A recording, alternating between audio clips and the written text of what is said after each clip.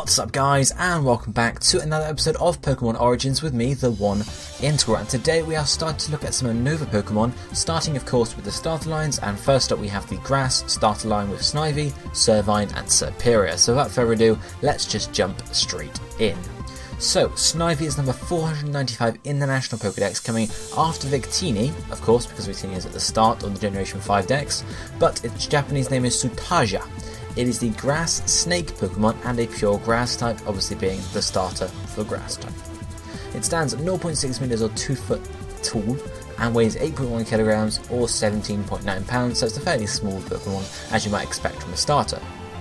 Looking at the model from Generation 6, you can see its shiny form is basically a darker version of the normal form, just with a dark green colouring rather than sort of a light sort of mid-green colour. Looking at the evolution line, we know of course Servine and Serperior. Snivy starts evolving into Servine, starting at level 17, so there you go there. But, as you can tell, Snivy is of course a small Pokemon. It's bipedal because it stands on 2 feet, but it's primarily green in colour as I mentioned, with this sort of a greeny cream sort of colour on its underside. It's not quite cream, there is a bit of a green tinge to it, so I've called it cream green. You guys get the idea. Down its front, down the front of its face, down to its legs as well. It also has this yellow marking or yellow markings on its body, has it around the eyes, sort of the two V shapes or crest on its chest, and then we have a yellow stripe going down its back too. At the bottom of its back, you have a leaf-like tail coming off, and your tail sort of like a leaf-like, basically a leaf on the end of it, basically with 3 prongs on it. And as I mentioned earlier, it has these small legs, no sort of toes or anything on the legs. They are basically just sticks there. It has its arms, and the arms aren't very long; they're just sort of small. But it does have 3 fingers or 3 digits per arm, I suppose you could say. Looking at its head, you can tell the main part of the head is round, it's basically a circle, but then it has this pointed snout coming off the end of it, coming up to a point. And it has these big, large red eyes. They're quite large, really, if you look at its model compared to the rest of the body. They're quite large, they're quite red, and yeah, they are there. So what do Pokédex entries tell us about Snivy? Well, it's a very intelligent and calm Pokemon. It's sort of, doesn't get hyped up. It just sort of, does what it needs to do. Bathing in the sun also can make it very swift, and obviously this does it by photosynthesis, as we know most grass-type Pokemon do, and the tail for Snivy acts as the main source of this, since it's sort of the largest surface area. So if it bathes it down in the tail in sunlight, then it gets an extra boost of power basically. But the tail will also droop when Snivy's not feeling very well, so it's very similar to sort of stuff like Charmander's flame on the end of its tail. It reflects how healthy the Pokemon is. What's Snivy based on? Well, there are actually quite a few things to look at. First up, it's based on a green vine snake species, or several of them, basically that species that have pointed snouts, because of course Snivy has a pointed snout, so you can see the correlation there. There's also the fact that Snivy has a combination of snake and lizard-like features. It's got a tail from snake, but of course lizards have tails too. But there's a combination of features there, and it might indicate that there's sort of inspiration from the Florida sand skink, which is basically a lizard but with a lot of snake-like features. And of course, since Unova and Generation 5 were sort of based on America, it could have come into play there. The yellow-gold highlights on its body, it's around its eyes, its tail, its back, etc., are based on the Bird of Paradise flower, because of course there's a very bright yellow colouring there, and of course grass type linking in there. But also Sugimori has specifically mentioned that sort of the whole line is based on French royalty, in particular quoting the Rose of Versailles anime as inspiration here. So obviously an anime in Japan makes a lot of sense, linking it to French royalty. Of course Kalos is France, but throw a bit of French royalty in there as well, why not? So that's the origin there for Snivy. Looking at its names quickly, we have of course the Japanese name Tsutaja is a combination of Suta, which is the word for Japanese ivy, as well as Ja, which is Japanese for snake, so ivy snake, basically grass snake. The English name Snivy is a combination of snake and ivy, the SN and then the ivy, so again very similar, linking into the typing and what it's based on. The French name as well is Vipelier, and this is a combination of Viper, which is viper, and Lier, which means ivy, so very similar. Viper obviously being a type of snake, very similar across the whole board. Snake, ivy, very similar stuff there. So if we then move on to the first evolution in this line, of course we have Servine. It's number 496, coming right after Snivy, and its Japanese name is Genovi. It is also the grass snake Pokemon and still a pure grass type, and now it stands at 0.8 meters or 2 foot 7 inches, so you can see a bit taller, and also weighs 16 kilograms or 35.3 pounds. Very similar to Snivy looking at its model, so you can see its shiny form is basically a darker version of the normal form, having a darker green colouring on its body, and of course the yellow markings are gone to sort of orange coloured here, as well as also the front of its body going from this cream colour to sort of more of a greeny colour, you can tell there. In terms of evolution, Snivy to Servine is level 17, further on from Servine to Serperior starts at level 36. So of course Servine is actually quite a slim Pokemon, whereas Snivy was short and I don't want to say stubby, but he sort of was. Servine's grown up and hasn't really grown too much in body size, or body style I suppose, but it has gotten taller, so it's a lot more slim. And again, it keeps the same sort of colouring, primarily green across the head, the back and tail and such, but it has this light cream front again. This is more cream than green now I think, and of course this extends down to the legs as well, which do sort of now have a bit of more of a toes and such to them, not just stubs almost. The yellow shape, you saw the yellow colouring on its chest returns as well, going into more of a V shape now rather than just these two little things either side. It also has this yellow tip atop its head where sort of its back comes up and almost like a leaf or a sprout sort of thing, with the front of it being yellow, giving it this yellow tip. And as I mentioned, the legs are a bit more grown now, but they're still fairly small, and now it's sort of lost hands almost. The hands have gone to like stubby leaf-like hands, they're not really arms anymore, they're just hands that are attached to the body that look like leaves. So I don't know, Servine sort of lost some dexterity there. But it also has gained some more leaves on its body, down its back, and obviously leading down to its leaf-like tail once more. And its eyes are very similar, they're large and a bit more pale now, whereas Snivy's were sort of very full. Servine's eyes are quite pale compared.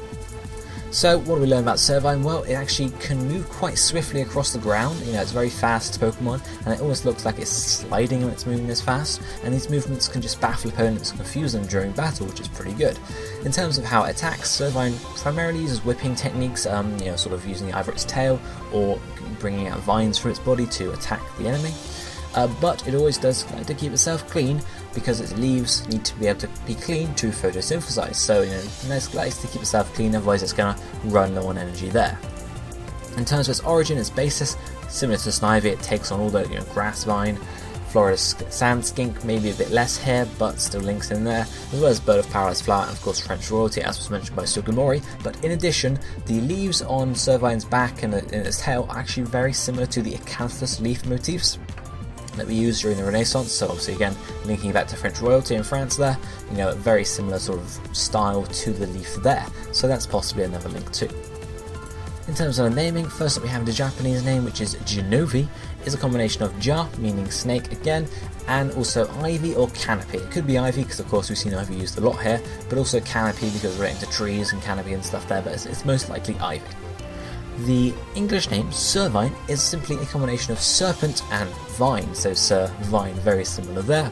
And then the German name is Effoserp, and again very similarly, it's a combination of Effu, which is the German word for ivy, and serpent, so very, very similar there. If we then move on to the final Pokemon for today, we of course have Serperior. It's number 497 in the National Pokedex, and its Japanese name is Gelorda. It is now the regal Pokemon and still a pure grass type. Its height and weight are now 3.3 meters or 10 foot 10 inches, but bear in mind this is because it's now a Serpentine Pokemon length rather than actual height, so you can see I've accounted for that in the size chart.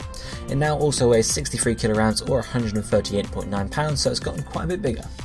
Looking at the Shiny model from Generation 6, you can see sort of similar to previously, it's gotten obviously darker green sections on its body, but it also got light green sections on its body, and almost the yellow sections have gotten yellower, very bright yellow too.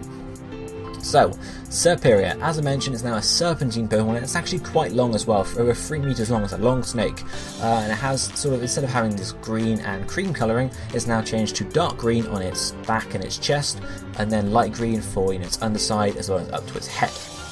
Also keeps these yellow markings, and now they also sort of moved around its body as well, so it's got some on sort of its mid body here, as well as up sort of behind, I don't know how to, I've called it yellow inner leaves, so the bits where its leaves open up, you can see the yellow insides there, as well as on top of its head. It keeps a few small leaves on the end of its tail, very similar to how Servine had a few there, but it's sort of lost the end of its tail, it's sort of just a little stub now.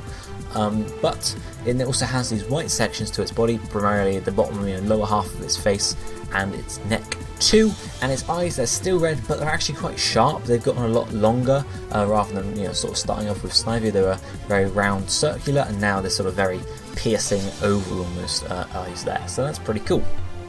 Pokédex entries do tell us a bit about Serperior, particularly that it likes to intimidate its opponents by raising its head up high, because obviously it is the regal Pokemon, but it can also stop the opponent's movements with a single glare, just stop them in their tracks. So it's pretty powerful there. And it only gives it all against strong enough foes, so if the foe manages to sort of resist the glare, then it's got a nice opponent to face off with them again. But Serperior, similar to other grass types and obviously its pre-evolutions, can also take in solar energy to boost its internal power, so very similar just to photosynthesizing. So there's that there. So where's it based on? Well, similar to pre-evolutions, grass vine snakes, sand skink, bird of paradise flower, and also French royalty, as well as the acanthus leaves, or leaves I should say, but it may also draw inspiration from a basilisk, because of course we mentioned the glare being able to stop the opponent's movements is very similar to a serpent called the basilisk, a mythological serpent called the basilisk, which could basically, you know, turn people to stone when it looked at them, or paralyze them at least. So yes, there's probably a strong link in there too. Before we finish up today, we'll take a quick look at the names for Serperior. The Japanese name Jalorda is very simply a combination of Ja, which means snake, and Lord, linking into the regal Pokemon, so it's pretty cool there. The English name Serperior is a combination of serpent once more, as well as superior, talking about, you know, Serperior is regal, so it's superior to everyone else, as well as the fact that it only gives in to strong opponents, but it might also incorporate warrior or emperor possibly, because obviously regal, emperor makes sense there. Warrior a bit less so, but is a strong Pokemon, so it could be used there. And then finally, the French name for Serperior is Majaspic, which is a combination of Majestu, which is French for majestic, as well as Aspic. Now, Asp is actually a sort of a name for a few venomous snake species, and the reason why these particularly might sort of be sort of referenced here is that they were, in Egyptian sort of ancient times, they were seen as a sign of royalty. So we have the regal Pokemon linking into royalty here, with Aspic being linked, sort of a tenuous link there for the French name. But that is going to be it for Serperior, and of course the Snivy line in general, guys. So that's it for today for Pokemon Origins. As always, if you enjoyed the video, be sure to hit the like button down below, and let me know what other Pokemon you'd like to see covered in future episodes of Pokemon Origins. But for now, this is it for me for today. I'll be seeing you next time. Thank you for watching. Goodbye, my friends.